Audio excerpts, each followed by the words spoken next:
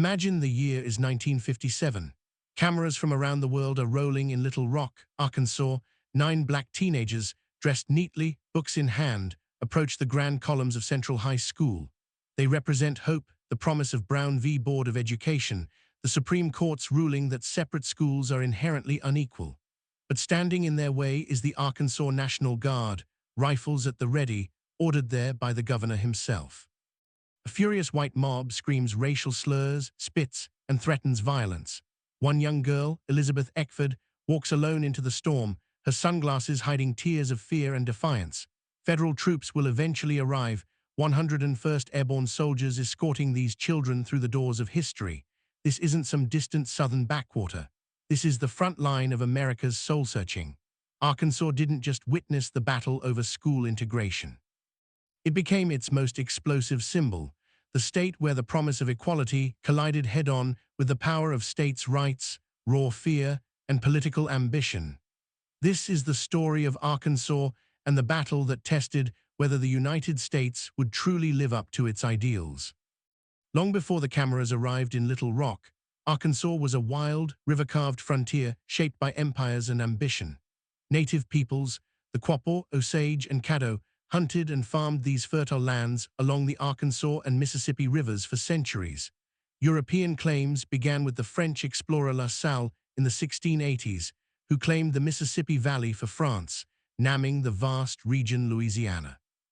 Arkansas Post, established in 1686, became the first permanent European settlement, a lonely trading post where French fur traders, Spanish officials after 1762, and native tribes bartered in the shadow of the river. Everything shifted dramatically in 1803 with the Louisiana Purchase. President Thomas Jefferson's $15 million deal with Napoleon doubled the size of the young United States and brought Arkansas under American control. At first, change came slowly. The territory remained sparsely populated, a rugged land of hunters, trappers, and small farmers.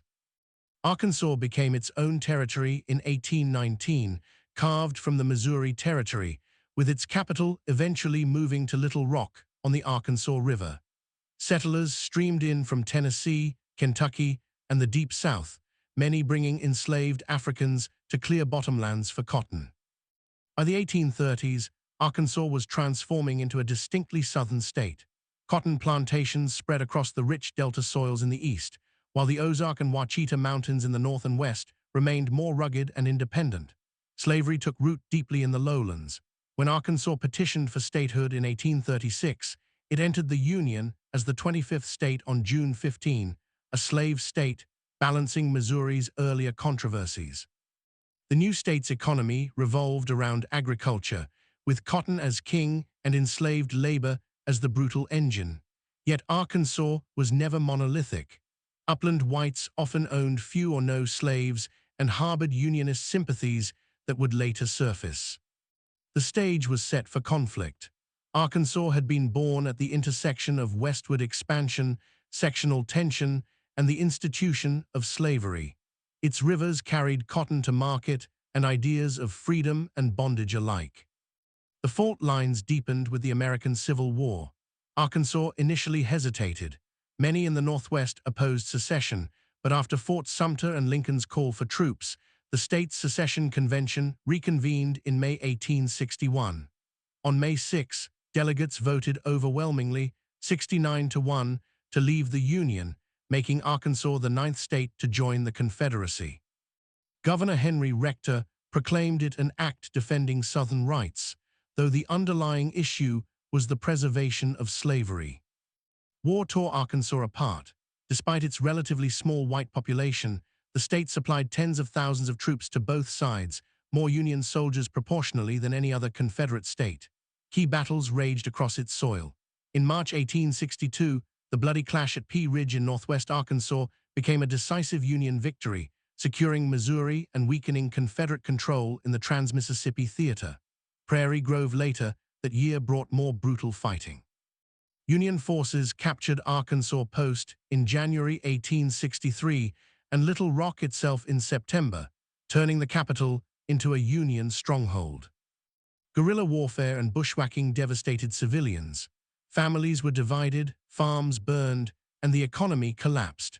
When the war ended in 1865, Arkansas lay in ruins, plantations destroyed, infrastructure shattered, and a newly freed black population of roughly 110,000 seeking a place in the new order. Reconstruction brought its own chaos.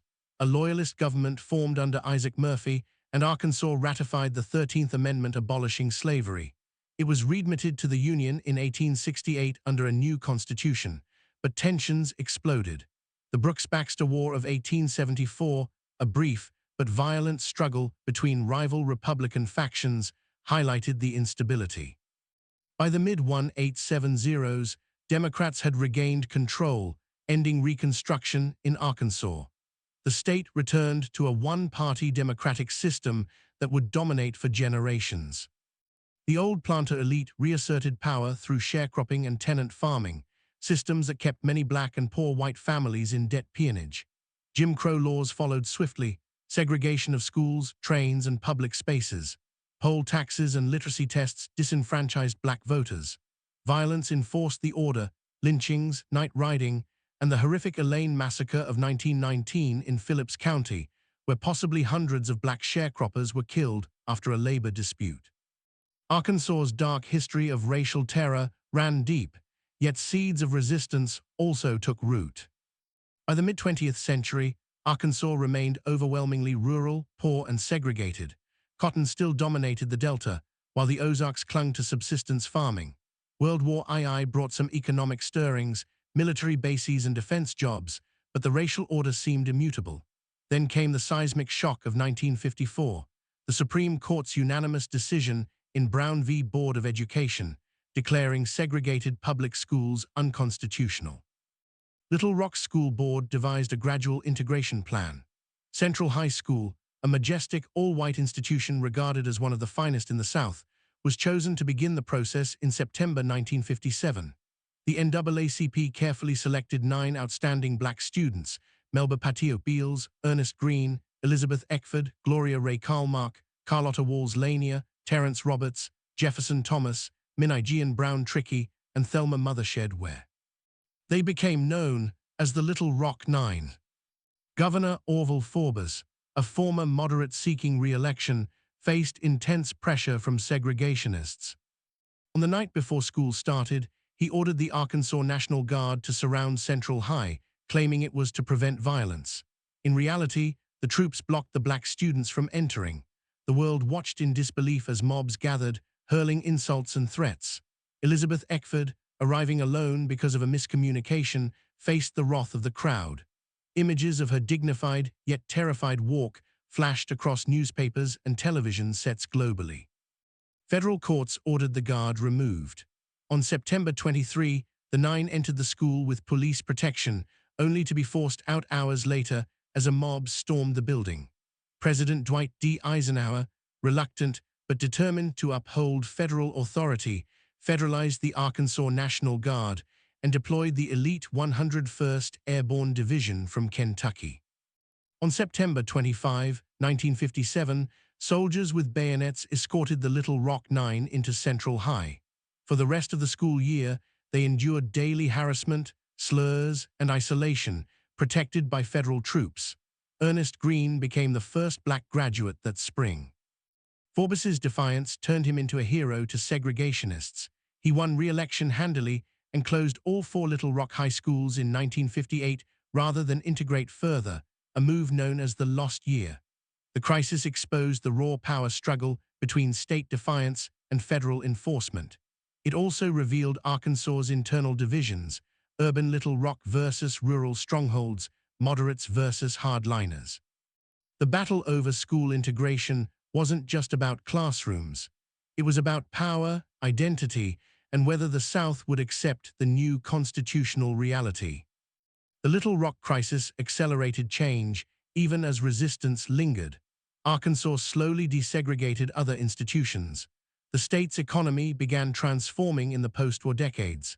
Agriculture modernized, with rice, soybeans, and poultry rising alongside cotton. But the real economic revolution came from unlikely corners of the state. In the Northwest Ozarks, a region long dismissed as backward, two homegrown giants emerged. Sam Walton opened the first Walmart in Rogers in 1962, building a discount retail empire that would revolutionize American shopping and global supply chains. Nearby, Tyson Foods, founded by John Tyson in the 1930s as a small chicken operation, grew into the world's largest poultry processor under his son Don. Together with companies like J.B. Hunt in trucking, these firms turned Northwest Arkansas into an economic powerhouse. Bentonville and Springdale boomed, attracting corporate headquarters, jobs, and infrastructure. Politically, Arkansas produced national figures. Wilbur Mills wielded enormous influence as a long-serving congressman. Most dramatically, Bill Clinton, born in Hope, raised in Hot Springs, served as governor before becoming the 42nd President of the United States. His administration brought national attention to the state, blending Southern roots with centrist, New Democrat policies. Yet the shadows of the past remained. Racial tensions, economic inequality between the prosperous Northwest and the struggling Delta, and debates over education and opportunity echoed the 1957 crisis. Arkansas's story became one of contrasts. A state that had stood defiantly against federal integration now hosted global corporations and sent a former governor to the White House. Today, Arkansas continues to grapple with its complex legacy while carving a distinct place in modern America.